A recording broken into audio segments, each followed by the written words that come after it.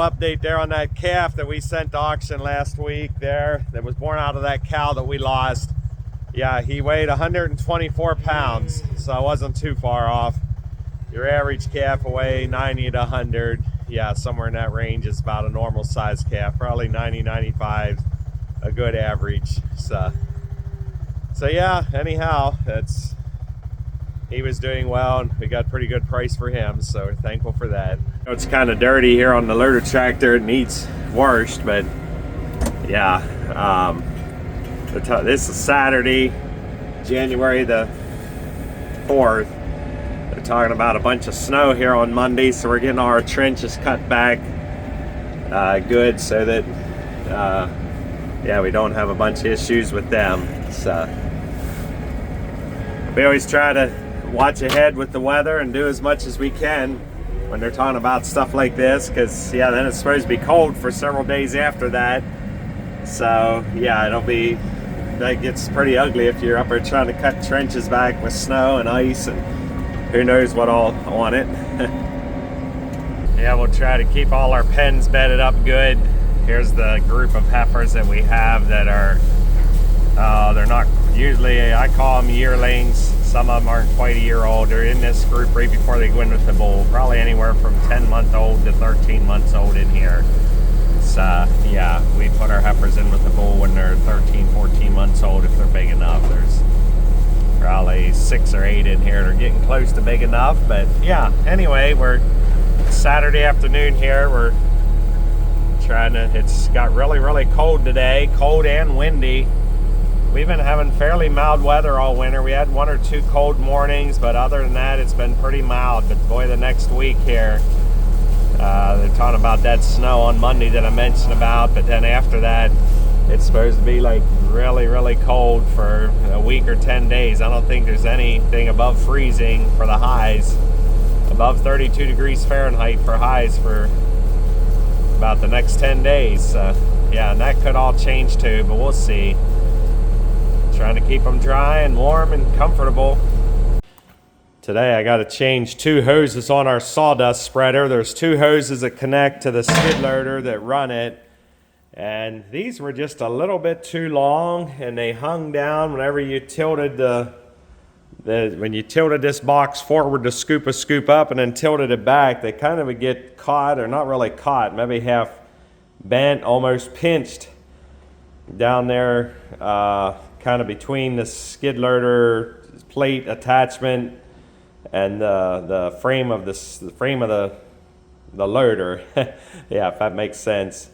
Anyway, the one started leaking yesterday, and the other one was in really bad shape too. So we got 2 new ones made and got them made a couple inches shorter. These were a little longer than they had to be, and hopefully that'll take care of that. They won't get pinched down in there quite as fast, but I think I got them made 3 inches shorter. But yeah, I was bedding the free stalls yesterday for the milk cows, and it started leaking, so I had a local repair shop make me 2 new ones. It's Saturday afternoon here. I need to get them on. I still need to bed the dry cow free stalls here before the weekend. Yeah, we got the new hoses on, and we put zip ties to hold them together so they don't just all flop around. And it's been a couple years since we had to replace these, but hopefully it'll keep them out of that spot that I was mentioning about and keep them from getting pinched. Yeah, see how it looks here once we get them on the skid loader. Yeah, we got these hoses hooked up to our skid loader, and down here's where I was saying about they were getting pinched. Here's the main frame of the loader on the skid loader, and then here's where your bucket attaches that tilts back and forth, and they were long enough they were sticking down in here and getting pinched in there. So these are, I think I made them had them make them 3 inches shorter, so hopefully that'll keep them up out of there. We had 2 calves born this morning, and the one's a whole red and white Holstein heifer calf. They were both heifer calves. The one's a red and white Holstein, out of a red and white Holstein. She's fresh with her 2nd calf. And the other one's over here. It's a red and white lineback. It was born out of a black and white lineback cow. But yeah, they're both doing well. Like I said, it was definitely cold this morning, but yeah, the moms both had them and got up and licked them off, and they're doing really good. So Yeah, we still got a lot of springers in here. There's several more that's pretty close. When it's cold out, it's nicer when they calve in the afternoon because it's usually a little warmer, but that don't always work out. Yeah, well, it's Sunday morning here, and yeah, we got a load of sawdust here. This is, we use two different kinds of sawdust. I mentioned about this in another video. This would be the green sawdust. The other sawdust we use in the freestall barn is kiln drying, and it's more of a finer powdery sawdust and keeps the cows really clean on the mattresses. But this is what we use in the dry cow freestalls and heifer barns. It's kind of a shaving sawdust mixture, and it would be it's really dry. When they call it green, it's from lumber that was not kiln dried. So yeah, it does have a little bit of moisture in it, but it's really dry and works really well. But yeah, what I was wanting to mention about, they're talking about a snowstorm here tomorrow, starting tonight sometime into tomorrow. At this point, they're saying 3 to 6 inches, and in our area and just south of us though, they're saying a foot or more. So if this storm would move 20-30 miles, yeah, it could be a big difference. But I had mentioned to the guy that I needed a load of sawdust here soon, and that was about a week ago. And last night, Saturday evening, he messaged me about 7 o'clock and said, "We're bringing your sawdust yet tonight." So yeah, I guess they're trying to get ahead of the snowstorm. They're about an hour away from us, 40 minutes to an hour away from us, where this sawdust come from. So, and it's over a mountain. So yeah, pretty sure they don't want to be out driving around in real far in snowy conditions. But so yeah, this will last us a good 6 weeks. That'll get us down into the middle of February. Yeah, I mentioned about the snowstorm they're calling for. I just got done doing the feeding here. It's Sunday morning. My son and my one nephew, it helps us some on the weekends, is milking this morning. They're just about done. But yeah, when they're talking about snowstorms, we try to do some feeding ahead for 2 reasons. If we only get a couple inches, you can get around in the snow and be okay. But if you end up with 6 or 8 or 10 inches and you have to start plowing snow before we can get out to the trenches and stuff, well, 2 reasons. You have to plow snow, even get to the trenches. That takes a little bit, and then you have a whole bunch of snow mixed with the silage. So there at the face of the trench. So yeah, we try to do some feeding ahead when it's going to be talking about snow. A couple years ago, it's probably 6-7 years ago by now at least, we had a snowstorm that ended up almost 2 feet. I think it was 21 or 22 inches, and man, we did some feeding ahead that time. They were calling for a bunch of snow that time, so I think we actually fed maybe 1 or 2 extra feedings ahead and ran it out up at the freestall barn.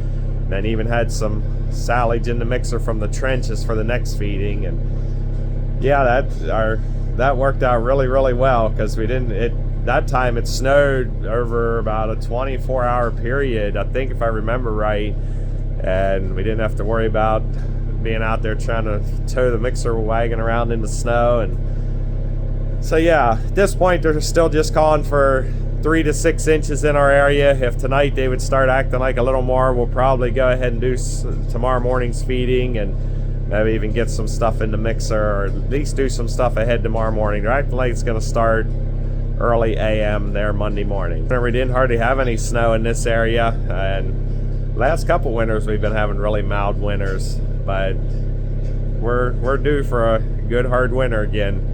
Everybody keeps saying it don't snow like it used to, and I keep saying, you just wait, it'll come around again. That's usually how it happens. I wanted to say a little bit about the way here. It's been really cold the last couple days. It got really cold Friday afternoon there. It just got terrible windy and cold. Yesterday morning was in the upper teens. Saturday morning was in the upper teens, and the wind was blowing like crazy. And then the wind blew all day yesterday. This morning, it's a Sunday morning. It's not near as cold, but there's still a good breeze going, and I think I've seen 12 or 13 degrees. So it's cold, but yeah, we keep a heat tape here on the valve on the weigh tank and keep that plugged in. That usually keeps it thawed out. Once in a great while, if it gets really cold, it'll freeze. But yeah, in the trough, what was left in the trough, I should have showed a little bit before we started, but it was a little bit left in the bottom. It gets kind of slushy. It don't freeze solid like ice does. It's because it has salt in it, but it also helps if we can keep them drinking. The whey comes warm. Yeah, it's getting full, so I have to shut it off. But yeah, here you can see a little bit. I'll try to show you here. I mean, it gets frozen, but it's like slushy. It just breaks right up. It's not solid like ice would be. And yeah, I mean, if this was water, you would never peel that up like that. But yeah, and like I said, once in a while, if it gets down below 0 and blowing and stuff, it will freeze a little more solid. There's usually a day or two, or sometimes a couple days in the middle of winter where we have to quit feeding whey here to the dry cows, but very, very rarely. But yeah, it's supposed to stay pretty cold here for the next week or so, so we'll see what happens. It's Sunday evening here, and yeah, it's been kind of cold. 2 of my nieces are milking tonight, Emily and Lily. They're sisters.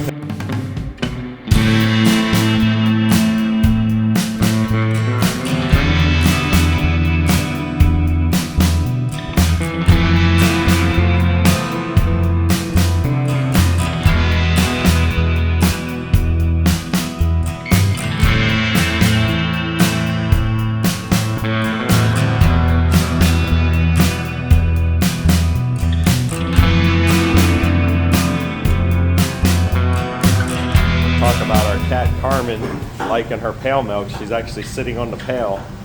Should be the lid's on top of the pail and she's sitting up on it. These are little nannies that we kept from last year. They'd all been born in the spring, and there's 6 of them here. But it's funny because like they're eating grain here. And they just nicely eat. When you get in the big goats, they scrap and fight and bang each other, and I don't know what all. I mean, that's just what goats do. But their hair is really thick. I mean, you can really tell. It's really soft and like really thick. So we're supposed to get snow tomorrow, so I guess they're ready for the snow.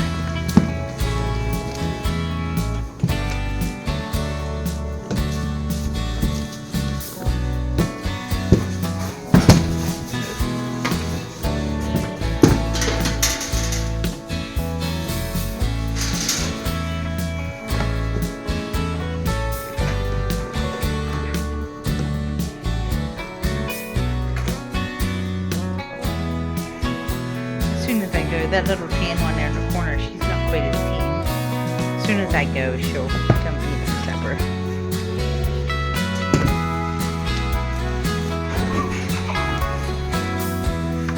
You better watch it, Daisy.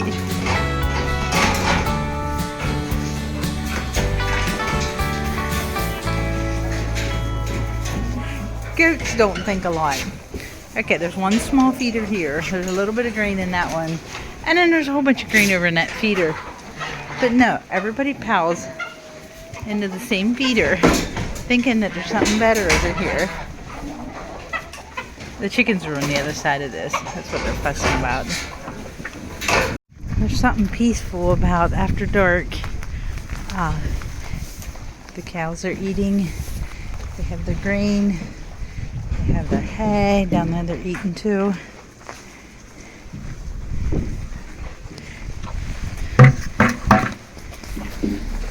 You can hear them all munching the whole way down through there, eating too.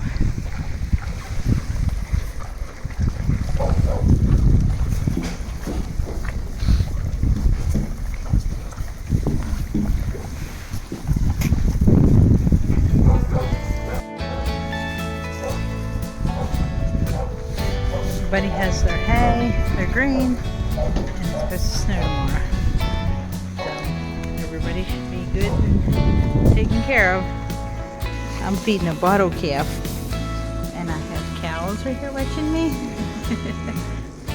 And then I have Nemo and Teddy, and there's Penny, and there's about 3 or 4 cats. And then there's a couple more cows over there. Anyway, the calf is drinking her bottle.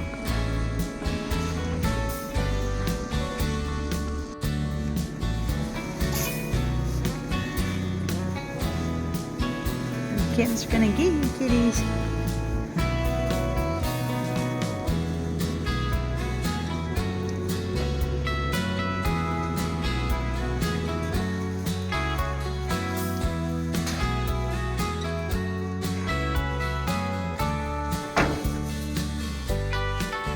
Yeah, well, the weathermen weren't wrong this time. We're getting the snow they called for. It's Monday morning here. It started snowing this morning about the time we get up to milk, around 3, a little after 3:30 in the morning. And it's been snowing off and on. This morning it was really fine. It was colder, around 20 or 22 degrees Fahrenheit. It's not snowing real hard right now, but the flakes are definitely bigger. We're talking about 3 to 6 inches. We probably have 2 inches on the ground at this point. So if nothing else, it looks pretty, but it's supposed to be really cold and windy the next several days. But the snow's supposed to clear out here later today. The cows are coming down to the holding area to get milked here. They're really enjoying the snow.